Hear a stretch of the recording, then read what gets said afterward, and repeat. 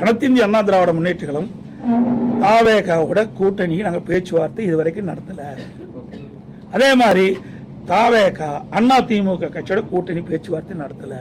நீங்களா ஒரு யோகத்தை பண்ணிக்கிட்டு, நீங்களா ஒரு கற்பனை பண்ணிக்கிட்டு நீங்க செய்தி வெளியிட்டீங்களா, பொறுப்பு நாங்கள் அல்ல.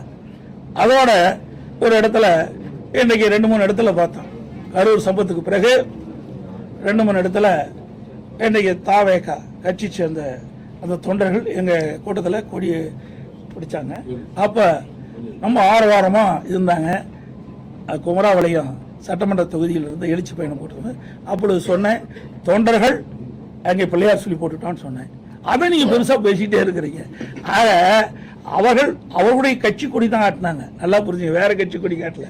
அப்பவும் அவர் கட்சி, நாங்களும் அவரோட பேச்சுவார்த்தை நடத்தலை, தாவாக்கோட பேச்சு நடத்தலை. தாவாக்கா கட்சியும் அதிமுக பேச்சுவார்த்தை நடத்தவில்லை என்பதை நேரத்தில் தெரிவிச்சு